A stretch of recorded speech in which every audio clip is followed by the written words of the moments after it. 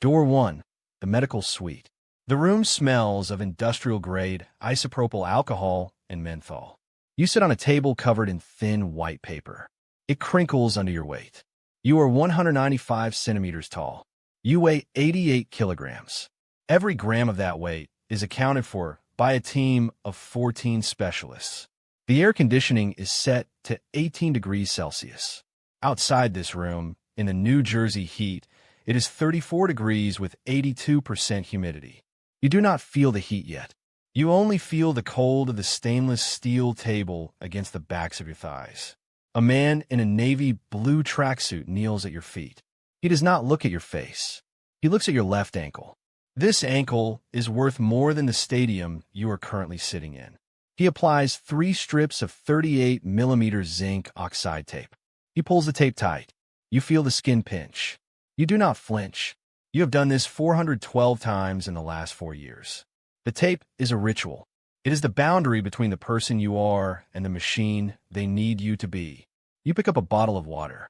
It is room 4, batch 12. It contains exactly 400 milligrams of sodium and 150 milligrams of potassium. You drink it in 4 swallows. You have consumed 6.2 liters of fluid in the last 24 hours. Your urine was checked at 9:15 a.m. It was clear. The sports scientist gave you a thumbs up. He did not smile. He does not get paid to smile. He gets paid to ensure your cells are hydrated. In the corner of the room, your father sits. He is 53 years old. He wears a watch that costs $45,000.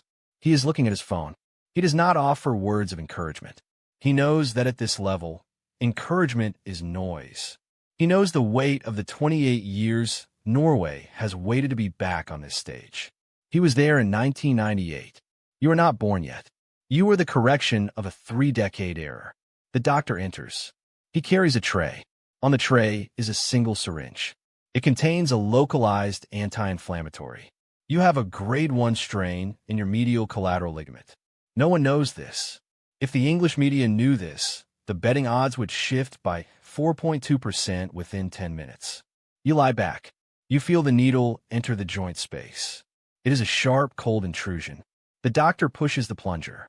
He counts to 5. He withdraws the needle. He places a circular adhesive bandage over the site. 10 minutes, he says. You look at the ceiling. There are 42 acoustic tiles in your field of vision. You count them. You count them again. You are Erling Haaland. You are the most efficient scoring system ever designed. You do not think about the 82,500 people waiting outside. You do not think about the 1.2 billion people watching on screens. You think about the 11 millimeters of grass height. You think about the wind speed, which is currently 12 kilometers per hour coming from the north. You stand up. The paper on the table rips. It makes a sound like a dry branch breaking. You walk to the locker. Your boots are there. They are custom molded to your feet. They weigh 180 grams each. You slide your feet in. You tighten the laces. You pull them until your toes feel the squeeze. You stand up and bounce twice. The floor is rubberized. It absorbs the impact. A knock sounds on the door. It is the FIFA liaison.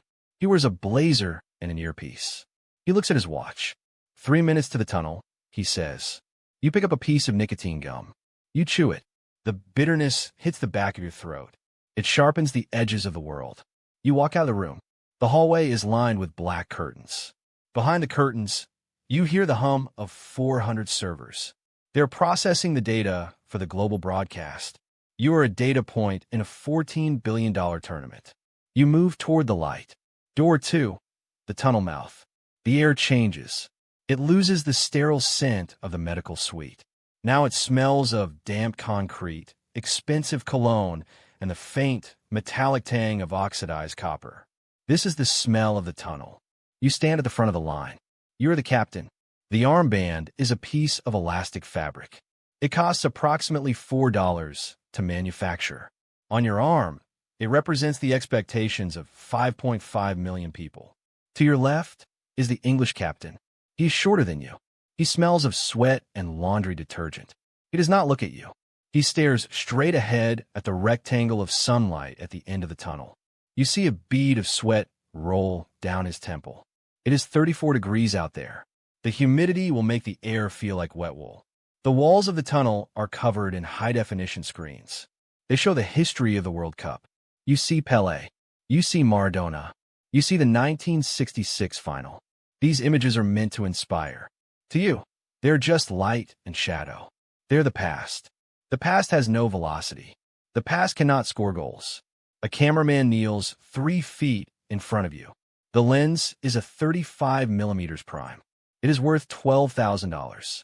He is filming your eyes. You do not blink. You look through the camera. You look at the people sitting in lounges in Oslo. You look at the kids in Leeds. You look at the executives in Zurich. You are a product. You are the headline.